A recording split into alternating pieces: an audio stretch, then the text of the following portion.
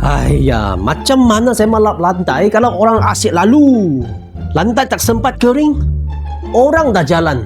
Kalau kawasan trafik tinggi macam ini, mop betul-betul susah. Inilah kaedah pakai spray buff dengan buffing mesin sekali. Cara memakai dia sangat senang. Spray dekat permukaan lantai, pakai buffing mesin, biar dia kering sahaja.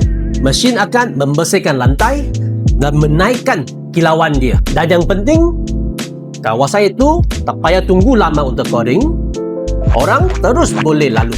Kalau nak bersihkan lantai dengan lebih cepat dan efektif, pakailah MK Spray Buff sekali dengan buffing mesin.